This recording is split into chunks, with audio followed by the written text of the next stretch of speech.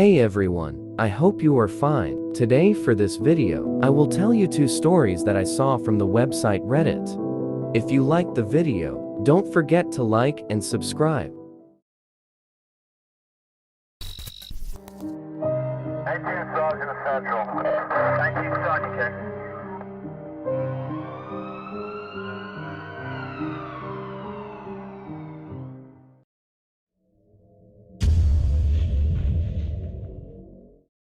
This story is written by Peter. He was 17 years old when this happened. I was working at an old pizza shop right on the edge of my town. For context, the town I was in is an affluent, suburban town, surrounded by a bypass which loops around the town. Around my town is some farmland and main roads, where all of the blue-collar workers moved to after the town was gentrified 10 to 15 years back. This pizza shop was around for 20 years, and was very catered to these same blue-collar workers. It's around 9 p.m., and a call comes in for 2 pizzas. I'm the only driver in, so I have to take the delivery out. It's about a 10-minute drive to get to the location. There I have to drive up a long, gravel driveway that took 5 minutes to get up. My car really couldn't handle the gravel and how rough it was. Arriving at the place, I see a nice house and 2 barns plotted across the land, with wheat 5 feet tall surrounding the whole property.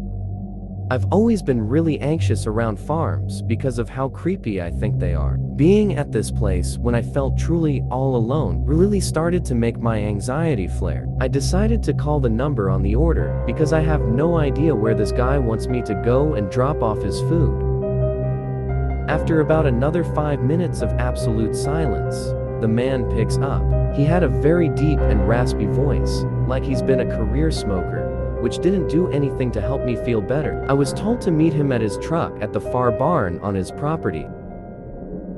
I'm actually very scared, but I pull myself together and muster further into this guy's property. I see the man's truck and him inside. Instead of getting out, I call him and ask him how we should do the transaction.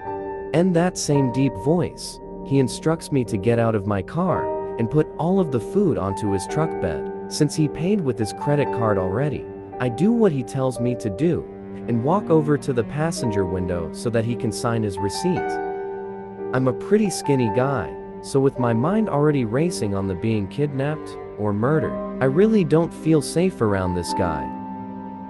And of course, he did not have any cash on him. He stares at me with these cold eyes and points into the back of his truck, saying to me, "If you ask me for a tip, I'm going to be sticking this tip down your f***ing throat," where he has a double-barrel shotgun just in the back of his car.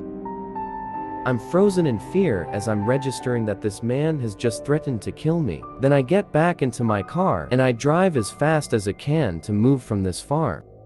When I find my way back to the pizza parlor, I tell to my coworkers what happened. None of my coworkers took me seriously and just thought I was playing this up for a joke. After that, I went home and forget about it pretty quickly. But a year later, the same man called in and orders a pizza. But I refused to take this order, but my manager forced me into going anyway.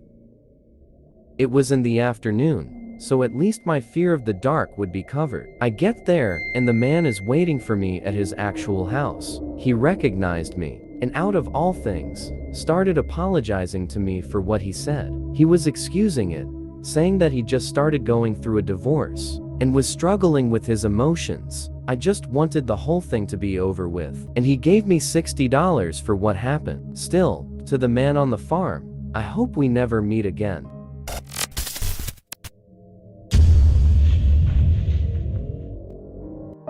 The day when my iTwitch saved my life.